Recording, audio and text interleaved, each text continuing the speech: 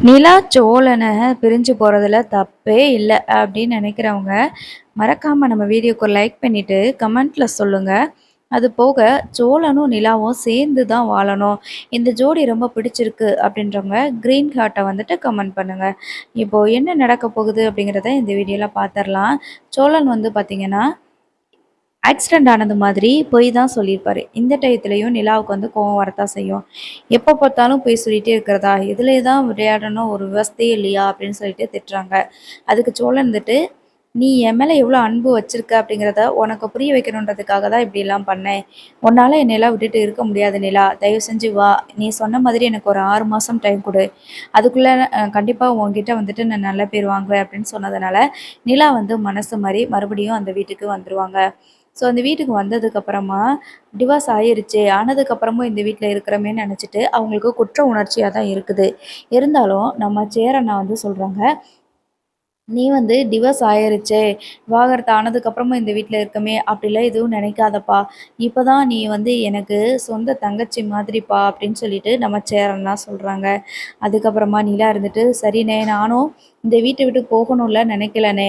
நான் சோழன் கூட சேர்ந்து வாழணும் தான் நான் நினச்சுக்கிட்டு இருந்தேன். ஆனா சோழன் இப்படிலாம் மாத்தி மாத்தி பொய் சொல்றது தானே எனக்கு ரொம்ப கஷ்டமா இருக்குது" அப்படின்னு சொல்லி சொல்றாங்க. "இப்போ கூட ஆக்சிடென்ட் ஆனது மாரி பொய் சொல்லியிருக்கிறாரு பாருங்க" அப்படின்னு சொல்லி சொல்றாங்க. "இல்லப்பா, இந்த குணத்த அவன் எப்பதான் மாத்த போறான்னு தெரியலப்பா. ஆக்சிடென்ட் ஆயிடுச்சுன்னு சொன்ன உடனே பதறி அடிச்சு ஓடி வந்தான். ஆனா, அவன் என்னடான்னா நம்மள ஏமாத்தியிருக்கான். என்ன பண்றதுன்னு எனக்கு ஒண்ணுமே புரியல. கொஞ்சம் கொஞ்சமா மாறிருவான். ஆனா, அவன நீ விட்டுட்டு போகணும்னு மட்டும் நினைக்காதப்பா.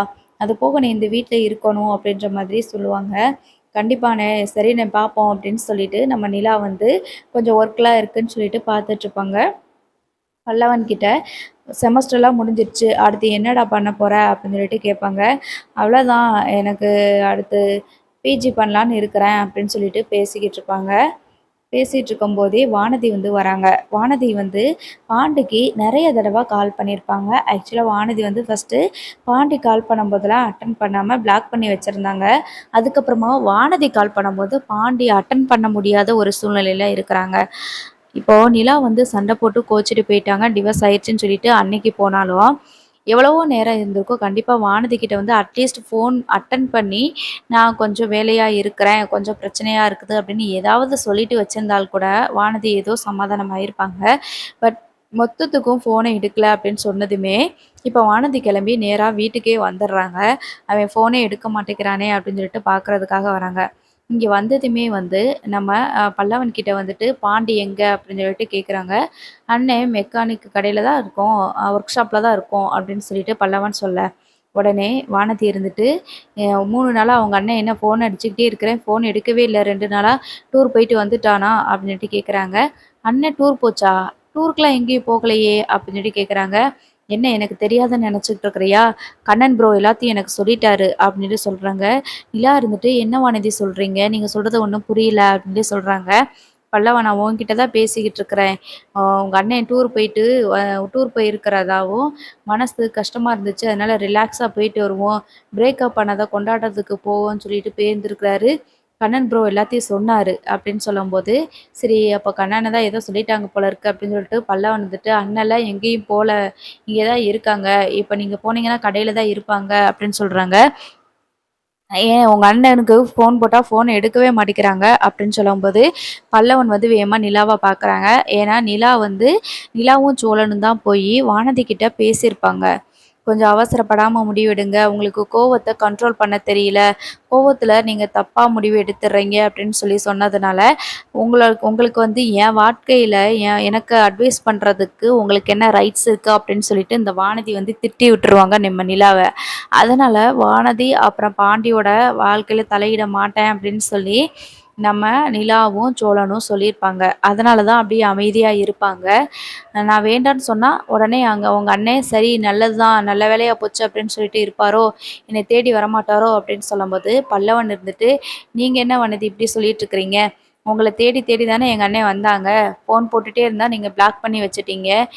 நான் எப்படி எங்க அண்ணன் ஃபீல் பண்ணாங்க தெரியுமா? அப்படின்னு சொல்லி நம்ம பல்லவன் சொல்ல, ஆமா, ஆமா ஃபீல் பண்ண லட்சணம் தான் தெரியுதே. நல்லா ஊர் சுத்த போயிட்டான். அது போக நான் வந்து ஃபோன் போட்டுட்டே இருக்கிறேன். ஃபோன் எடுக்கவே இல்ல 2 நாளா. அப்படி என்ன அவனுக்கு? அப்ப என்னைய வேண்டான்னு தானே நெனைக்கிறான் அப்படின்னு சொல்லி சொல்றாங்க. பல்லவன் இருந்துட்டு, "என்னால முடியல. நீங்க அண்ணன்கிட்டயே கேட்டுக்கோங்க. அண்ணன் கடையில தான் இருக்குது. நேரா அங்க போய் கேட்டுக்கோங்க." அப்படின்ற மாதிரி நம்ம பல்லவன் வந்து சொல்லிர்றாங்க. அதுக்கப்புறமா இந்த வானதி வந்து பார்த்தீங்கன்னா, நேரா பாண்டியோட மெக்கானிக் ஷாப்க்கு போறாங்க. அங்க போகும்போது நம்ம பாண்டி வந்து வண்டியெல்லாம் சர்வீஸ் பார்த்துட்டு இருக்கிறாங்க. போயிட்டு, "உனக்கு எவ்வளோ தைரியம் இருந்தா நான் கால் பண்ணா நீ எடுக்கவே மாட்ட" அப்படின்னு சொல்லி சொல்றாங்க. "இப்ப என்ன எதுக்கு இப்ப வந்து கத்திக்கிட்டு இருக்கிற? அதான் நீ தான் வேண்டான்னு சொல்லிட்டு போனேல்ல. அதான் உனக்கு கல்யாண டேட்லாம் ஃபிக்ஸ் பண்ணிட்டாங்கன்னு சொல்லி கேள்விப்பட்டேன். அப்புறம் என்ன உனக்கு பார்த்துருக்கிற மாப்பிள்ளைய கல்யாணம் பண்ணிட்டு போக வேண்டியது தானே? மறுபடியும் எதுக்கு இன்னொருத்தவங்களுக்கு நிச்சயமான பொண்ணு என்கிட்ட வந்து எதுக்கு பேசிக்கிட்டு இருக்கிற? அவ்ளோ கோவம் இருக்கிறவ எதுக்கு என்கிட்ட பேசுற?" அப்படின்னு சொல்லி சொல்றாங்க. நான் தான் ஏதோ ஒரு கோவத்துல முடிவு எடுத்துட்டேன். நான் தான் உனக்கு கால் பண்றேன்ல, உன் நம்பர பிளாக்ல இருந்து எடுத்து விட்டு அன்பிளாக் பண்ணிட்டு, நான் உன்கிட்ட பேசணும்னு சொல்லிட்டு கால் பண்ணிட்டே இருக்கிறேன். நீ எடுக்கவே மாட்டேங்கிற. நல்ல வேலையா போச்சு. அவ அப்படியே கல்யாணம் பண்ணிட்டு போய் தொலையட்டும் அப்படின்னு நினைச்சியா? அப்படின்னு சொல்லி சொல்றாங்க. எனக்கு இருக்கிற கடுப்புல நான் என்ன பண்ணுவேன்னு எனக்கே தெரியாது வானதி. நான் உன்கிட்ட வந்து எவ்வளோ தூரம் பேசினேன். இப்படி அவசரப்பட்டு எந்த முடிவும் எடுத்துறாத அப்படின்னு சொல்லிட்டு நான் சொன்னேன்ல. நீ என்னமோ பெரிய இவ மாரி வந்து நான் கல்யாணம் பண்ணத்தான் போறேன். இந்த தெருவுல கல்யாண கோலத்தோட நான் போக போறேன். நீ பார்த்து வருத்தப்பட போற அப்படி இப்படின்னு சொல்லி நீ தான் வந்து கத்திக்கிட்டு இருந்த. அது மட்டும் இல்ல. உன் வீட்ல வந்து நான் எவ்வளோ நேரமா வெயிட் பண்ணி பார்த்துக்கிட்டு இருந்தேன். நீ என்கிட்ட பேசவே இல்ல. நான் ஃபோன் போட்டா நீ என் நம்பர பிளாக் பண்ணி வச்சிருக்கிற. இப்படி எல்லாத்தையும் முடிச்சுட்டு, இன்னைக்கு உனக்கு என்கேஜ்மெண்ட் வேற வச்சிருக்கிறாங்க. கல்யாண டேட் வேற ஃபிக்ஸ் பண்ணியிருக்கிறாங்க. இன்னொரு மாப்பிள்ளை கூட, இன்னொரு பையன் கூட உனக்கு நிச்சயம் ஆனதுக்கு அப்புறமா, இப்ப என்கிட்ட வந்து பேசிக்கிட்டு இருக்கிற. நான் இத என்னன்னு எடுத்துக்கிறது? அப்ப கோவம் வந்துச்சுன்னா, உடனே நானு வேற ஒரு பையன கல்யாணம் பண்ண போறேன்னு சொல்லிட்டு இப்படி போயிருவியா? இது உனக்கு அசிங்கமா இல்ல? அப்படின்னு சொல்லிட்டு பாண்டி வந்து திட்டுறாங்க. என்ன பாண்டி தேவையில்லாதெல்லாம் பேசிக்கிட்டு இருக்கிற? ஆமா, நான் கோவத்துல தான் முடிவு எடுத்தேன். அதுக்காக என்னைய அப்படியே போன்னு விட்டுருவியா? என்னைய சமாதானப்படுத்தணும்னு நினைக்க மாட்டியா? அப்படின்னு சொல்லிட்டு கேட்கும்போது, கண்ணன் இருந்துட்டு சொல்றாரு, பாண்டி என்ன சமாதானப்படுத்தலன்னு உனக்கு தெரியுமா? உனக்கு எவ்வளோ தூரம் வந்து பேசுனாங்க. நீ தானம்மா இந்த கடையில இருந்துட்டு, இனிமே என்கிட்ட வந்து சமாதானப்படுத்துறதுக்கு என்கிட்ட பேசாத. உங்க அண்ணனையும், உங்க அண்ணியும் நீ தான் அனுப்பி வச்சிருக்க. அப்படி இப்படின்னு நீ தானம்மா வந்து பேசிட்டு போன. இப்ப பாண்டியன வந்து திட்டிட்டு இருக்கிற அப்படின்னு சொல்லிட்டு சொல்லும்போது, எல்லாமே உங்களால வந்தது தான். அன்னைக்கே நான் தேடி வரும்போது, இவரு டூர் போயிட்டாருன்னு நீங்க தானே சொன்னீங்க அப்படின்னு சொல்லிட்டு, நம்ம வானதி வந்து கோவப்பட்டுட்டு இருக்கிறாங்க. அதுக்கப்புறமா பாண்டி இருந்துட்டு, "உனக்கு என்ன வேணும் இப்ப?" அப்படின்னு சொல்லி கேட்கும்போது, "எனக்கு வீட்ல கல்யாணம் ஃபிக்ஸ் பண்ணிட்டாங்க" அப்படின்னு சொல்லி சொல்றாங்க. "ஆமா, அதுக்கு காரணமே நீ தானே! இப்ப வந்துட்டு என்கிட்ட சொல்லிக்கிட்டு இருக்கிற?" அப்படின்னு கேட்குறாங்க. நம்ம பாண்டி இருந்துட்டு, "இல்ல எனக்கெல்லாம் வேற கல்யாணம் பண்றதுக்கு விருப்பமே இல்ல. வேற பையன நான் கல்யாணம் பண்ணவே மாட்டேன். ஏதோ கோவத்துல நான் சொல்லிட்டேன். உடனே எங்க வீட்டுல இதுதான் சாக்குன்னு உடனே மாப்பிள பார்க்க ஆரம்பிச்சுட்டாங்க. சரி சொன்னா கொஞ்ச நாள் ஆகட்டும். இவ இப்படித்தான் சொல்லுவான்னு சொல்லிட்டு நினைக்காம, உடனே எங்க மாமா பையன பேசி முடிச்சுட்டாங்க. அடுத்த மாசம் எனக்கு கல்யாணம். 18ஆம் தேதி கல்யாணம் அப்படின்ற மாதிரி சொல்றாங்க. நல்லபடியா கல்யாணம் பண்ணிட்டு, நல்லபடியா செட்டில் ஆகு அப்படின்னு சொல்லிட்டு பாண்டி சொல்றாரு.